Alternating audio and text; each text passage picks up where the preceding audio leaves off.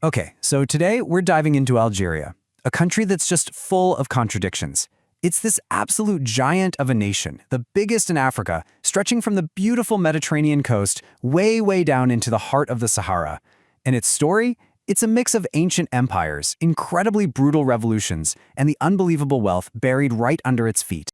To really wrap your head around just how big this place is, let's start with this staggering number. Algeria isn't just large, it's the biggest country in all of Africa, and the 10th largest on the entire planet. Ever since Sudan split, Algeria's held that top spot, a territory so vast it holds entire worlds within it, deserts, mountains, and cities thousands of years old. And it's not just about landmass. This geographic giant is a serious economic player, sitting on a mountain of foreign currency reserves, and that's all thanks to its natural resources. This huge financial cushion, which comes mostly from oil and gas, gives the nation a lot of clout. But, as we're about to see, it also creates its own pretty unique set of problems. But its size and all that cash, that's really just scratching the surface. To get a handle on the Algeria of today, you have to peel back the layers of its incredibly deep and often violent history. It's a story all about identity, conflict, and this relentless struggle for self-determination. And that story, really, it all starts with the geography. The very land has shaped Algeria's destiny, basically creating two completely different countries inside of one border. Understanding this physical divide is absolutely key to understanding its people, its economy, and its power. And the split is pretty dramatic. Up north, you have the Tel Atlas, this fertile, green coastal strip where basically the entire population is crammed. Then you have the south, the Sahara, an enormous, harsh desert that takes up most of the country, but also holds its greatest treasure, all that oil and gas. Think about its location for a second. It's literally bridging Europe, Africa, and the Middle East. That strategic spot has made Algeria a prize that empires have fought over for thousands of years. It's a place where cultures and armies have clashed and blended over and over, with each one leaving its mark.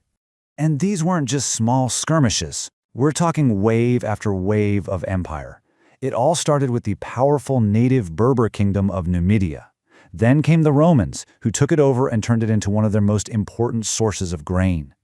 The Arab conquest in the 7th century completely changed the game, bringing Islam and reshaping the culture. And for hundreds of years after that, it was a major player in the Ottoman Empire. But out of all those empires, one period stands out, casting a shadow over everything that came after, the 132 years under French colonial rule. This wasn't just another invasion. It was an attempt to erase and remake the entire country in the image of France. And let's be really clear here. This wasn't an occupation in the usual sense. It was a complete and violent transformation. After invading in 1830, France went a step further and declared Algeria to be an actual part of France. This kicked the door wide open for European settlers to pour in, take the best land, push out the locals, and set the stage for one of the most vicious wars of decolonization ever fought. Now, the official story from the French government was this idea of a civilizing mission, like Napoleon III says here. The policy, on paper, was all about assimilation and progress. But for the people who actually lived there, the reality was something else entirely. The reality on the ground was a demographic catastrophe. Historians figure that in just the first few decades of the conquest, over 800,000 native Algerians were killed through war, disease, and starvation. That's nearly a third of the entire local population, just wiped out. And all of this, inevitably, led to the Algerian War of Independence, one of the most brutal conflicts of the 20th century. The human cost was just immense. Some estimates put the number of Algerians killed at around 700,000. Over 2 million more were forced from their homes. And when it was all over, nearly 1 million European settlers, the so-called Pieds Noirs, fled the newly independent country. So, in 1962, Algeria is finally free. But winning the war was one thing. Building a country from the ashes? That was a whole different battle. The scars from the war ran incredibly deep, and the road ahead was anything but certain. So what did they do first? Well, the FLN, that's the National Liberation Front, the party that won the war, set up a one-party socialist state. They took control of the all-important oil and gas industry. But that made the entire economy dangerously reliant on energy prices. And sure enough, when oil prices crashed in the 80s, the country erupted in social unrest, forcing the government to open up the political system. But this new experiment with democracy, it blew up in their faces, and fast. In the 1991 elections, an Islamist party, the FIS, was on the verge of a landslide victory. So the military just stepped in, canceled the whole thing, and banned the party. That single act pushed the country off a cliff and into a horrific civil war. What followed was called the Black Decade for a reason. It was just a horrifying period of violence between the government and various armed Islamist groups, with civilians often caught in the middle. The war left more than 100,000 people dead and carved these deep, painful scars into society that you can still feel today. Okay, so that brings us to today, and you really can't understand modern Algeria without knowing all of that complex, violent history we just walked through.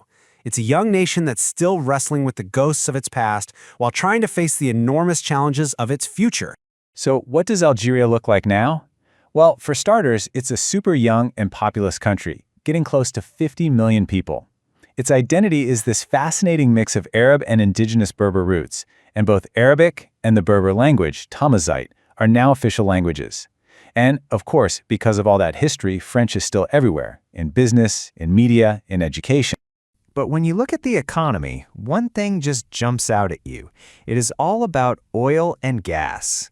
We're talking nearly 90% of everything the country exports. This has made Algeria rich, for sure, but it's also made it incredibly vulnerable. And that leads to the billion-barrel question. What happens when the wells run dry? Or when the world moves on to other energy sources? For Algeria, moving away from its dependence on oil and gas isn't just a smart economic idea. It's an existential necessity. Now, it's not all doom and gloom. Algeria has some serious aces up its sleeve. Because of all that energy money, it has almost no foreign debt.